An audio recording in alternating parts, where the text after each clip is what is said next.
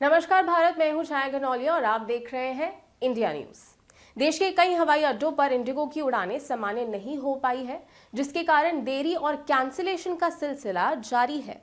लगातार 7वें दिन बड़े पैमाने पर फ्लाइट्स रद्द होने का सिलसिला जारी रहा, जिसकी वजह से प्रमुख हवाई अड्डों पर इंडिगो की यात्री परेशान दिखे। भारत में एयर ट्रैवल के इतिहास में ऐसा संकट का इतना बड़ा स्तर पहले कभी नहीं देखने को मिला। अधिकारियों के अनुसार प्रभावित यात्रियों के लिए 610 करोड़ रुपए से अधिक का टिकट रिफंड किया जा चुका है। कंपनी के अनुसार ये संकट मुख्य रूप से फ्लाइट ड्यूटी टाइम लिमिटेशन नियमों, पायलट आराम पर सरकारी नियम के पूर्ण कार्यान्वयन के बाद कॉकपिट क्रू की कमी के कारण शुरू हुआ। इसे बड़े पैमाने पर कैंसिलेशन हुआ और प्रमुख हवाई अड्डों पर पूरी तरह अराजकता फैल गई। इसके बाद सरकार ने हस्तक्षेप किया और नियमों पर रोक लगाई। ये क्राइसिस पूरी तरह कब खत्म होगा, इस पर अभी भी सस्पेंस बना हुआ है, लेकिन उम्मीद जताई जा रही है कि 10 दिसंबर तक परिचालन सामान्य हो सकता है। नगर विमान मंत्री राम मोहन नायडू ने स्पष्ट किया कि जिम्मेदारी एयरलाइन की है, क्योंकि पायलट ड्यूटी के निर्देश 1 साल पहले ही जारी किए जा चुके थे। रविवार को डीजीसीए ने इंडिगो के सीईओ पीटर एल्बर्स और जवाबदेही प्रतिबंध इसीड्रो पोर्क्यूस को कारण बताया और नोटिस का जवाब देने के लिए 24 घंटे तक का अतिरिक्त समय दिया है। इसी के साथ अगर हम आगे दिल्ली की बात करें तो दिल्ली पुलिस ने रविवार को कहा कि नॉर्थ गोवा में एक क्लब में शनिवार को भीषण आग लगने और 25 लोगों की मौत के बाद क्लब्स, रेस्टोरेंट्स और अन्य एस्टैब्लिशमेंट्स को अग्नि सुरक्षा उपायों की समीक्षा करने के लिए कहा गया है। और गोवा के एक night club the Birch by Romeo Lane में रविवार को आग लगने से 4 टूरिस्ट और 14 स्टाफ समेत 25 लोगों की मौत हो गई। अधिकारियों ने बताया कि राजधानी से लगभग 25 किलोमीटर दूर अरपोरा गांव स्थित इस लोकप्रिय पार्टी स्थल में आग रात करीब 12 बजे लगी। इसके बाद दिल्ली के एडीएफसी के एक अधिकारी ने बताया कि हर क्लब में चालू फायर एक्सटिंग्विशर्स होने चाहिए, बिना किसी रुकावट के बाहर निकलने का रास्ता होना चाहिए और उनके बिजली के बाहर पर नजर रखनी चाहिए। पुलिस ने कहा कि रात में जब ऐसे स्थानों पर भारी भीड़ होती है तो आपातकालीन प्रोटोकॉल का सख्ती से पालन करना जरूरी है।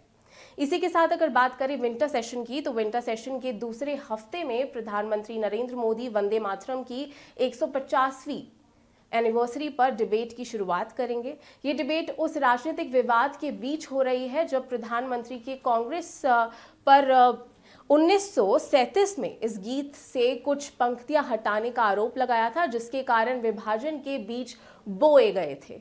भाजपा के नेतृत्व वाली एनडीए सरकार को लोकसभा में बहस में भाग लेने के लिए 3 घंटे आवंटित किए गए, जबकि बहस के लिए कुछ 10 घंटे निर्धारित किए गए हैं। सोमवार को लोकसभा की कार्यवाही के बाद चर्चा राज्यसभा में पेश की जाएगी। वहीं अब अगली खबर की तरफ बढ़ते हैं। एक दूसरे के स्थानीय नेताओं को अपने पाले में लेने और लाने को लेकर हफ्ते तक चली तीखी खींचतान के बाद भाजपा और शिवसेना के बीच सुलह की संभावना बनती दिख रही है। वरिष्ठ भाजपा मंत्री चंद्रशेखर द्वारा ये कहने के एक दिन बाद के दोनों दल एक दूसरे लोगों को अपने पाले में नहीं लेंगे और नहीं लाएंगे। उप मुख्यमंत्री एकनाथ शिंदे और प्रदेश भाजपा अध्यक्ष रविंद्र में एक सार्वजनिक समारोह में एक साथ नजर आए। एकता का दिखावा करते हुए दोनों नेताओं के बीच मंच साझा करने के बावजूद दोनों के बीच मतभेद साफ दिखाई दे रहे थे। दोनों के बीच बैठे शिवसेना नेता और उद्योग मंत्री उदय सामंत ने उठकर चावन को अपनी सीट दी, जिसके बाद चावन शिंदे से बातचीत करने लगे और हालांकि उप मुख्यमंत्री के बॉडी लैंग्वेज ज्यादा दोस्ताना नहीं लग रहे थे। उसी समारोह में शिंदे के बेटे और कल्याण से सांसद श्रीकांत शिंदे ने अपनी बात बेबाकी से रखी। उन्होंने कहा, कई लोगों ने मुझे मुश्किल में डालने के लिए गड्ढे खोदने की कोशिश की थी, लेकिन नुकसान उन्हीं को उठाना पड़ा। पिता पुत्र की जोड़ी की सार्वजनिक रूप से गुस्से के बावजूद ऐसा लगता है कि भाजपा ने शांति बनाए रखने का फैसला किया है। चावर ने रविवार को सोशल मीडिया पर पोस्ट किया कि अभिजीत थरवाल के भाजपा में शामिल होने पर रोक लगा दी गई है। दोबीवाली में शिवसेना के स्थानीय नेता थरवल हाल ही में भाजपा में शामिल हुए हैं। और शामिल हुए थे, जिसके शिवसेना नेताओं ने विरोध किया था।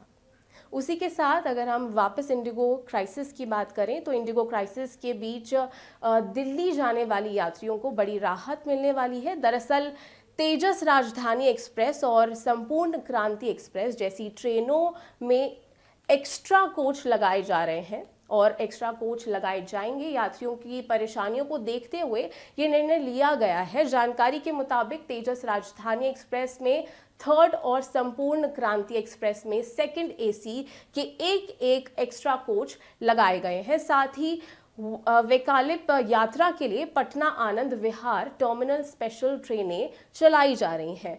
पूर्ण मध्य रेलवे के मुख्य जनसंपर्क अधिकारी सरस्वती चंद्र ने बताया कि फ्लाइट रद्द होने की स्थिति में यात्रियों को तुरंत ऑप्शनल यात्रा का विकल्प उपलब्ध करने के लिए स्पेशल ट्रेनें रवाना की जा रही हैं। इंडिगो की फ्लाइट क्राइसिस और कैंसिलेशन होने की वजह से यात्रियों को भारी परेशानी झेलनी पड़ रही है। ऐसे में रेलवे की तरफ से ये खास पहल की गई है। आसानी से यात्री सफर कर पाएंगे, इसके लिए स्पेशल ट्रेनों के साथ साथ पहले से चलाई जा रही है ट्रेनों में एक्स्ट्रा कोच भी लगाए गए। इसी के साथ अगर हम बिहार की तरफ चले तो लैंड फ्रॉड जॉब केस में लालू यादव, तेजस्वी यादव समेत परिवार के अन्य सदस्यों को 2 दिनों की राहत फिर मिल गई है। आज लालू परिवार के सदस्यों के खिलाफ चर्चित लैंड फॉर जॉब मामले में दिल्ली की अदालत में अहम सुनवाई हुई। मामले में चार्ज फ्रेमिंग पर कोर्ट ने फैसला 2 दिनों के लिए टाल दिया। अगली सुनवाई 10 दिसंबर को होगी। सीबीआई को कोर्ट ने सभी अभियुक्तों और उद्यतन स्थिति रिपोर्ट दाखिल करने का निर्देश दिया है।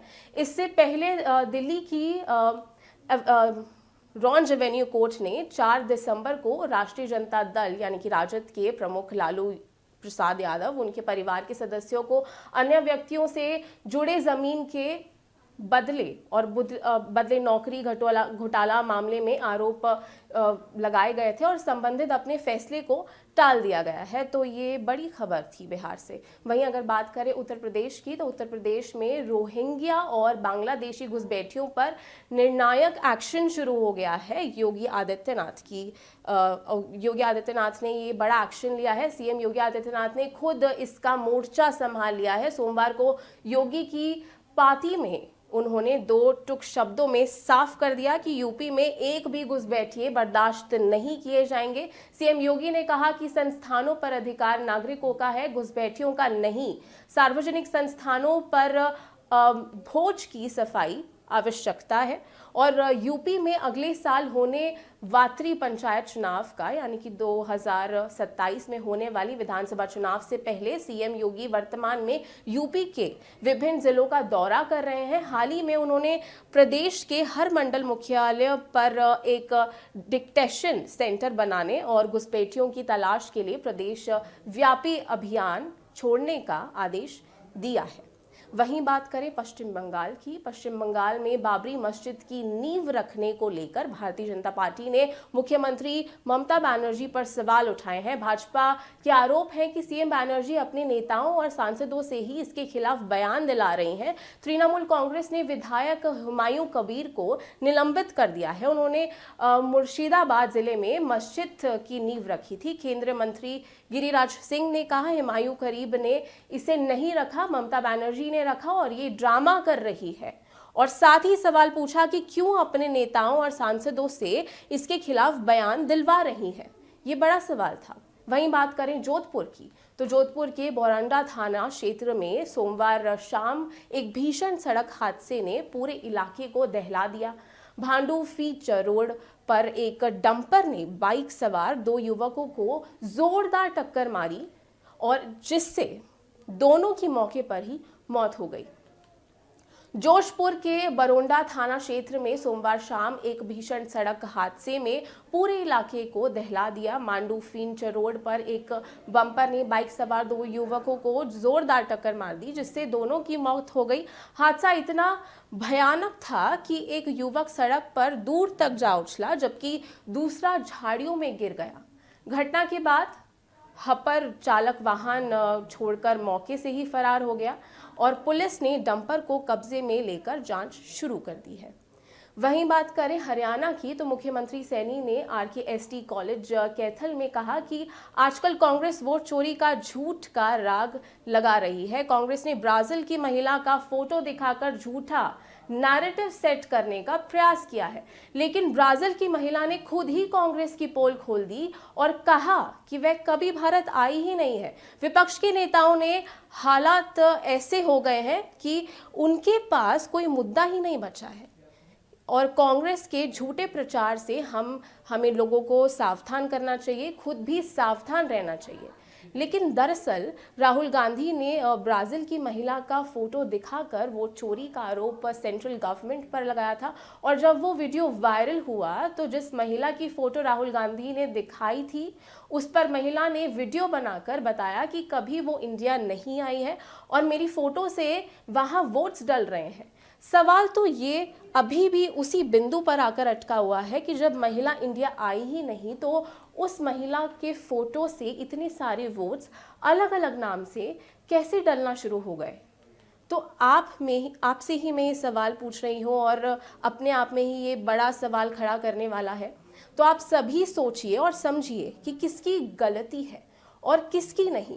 ये सवाल आप सबसे है क्योंकि सरकार हम सब के लिए बनती है, वोट्स हम सब देते हैं और देश भी हमारा है। तो सरकार के बारे में सोचना, उसे समझना और उनसे सवाल पूछना हमारा अधिकार है। बने रहिए मेरे साथ, मैं हूँ छाया गनौलिया और आप देख रहे हैं इंडिया न्यूज़।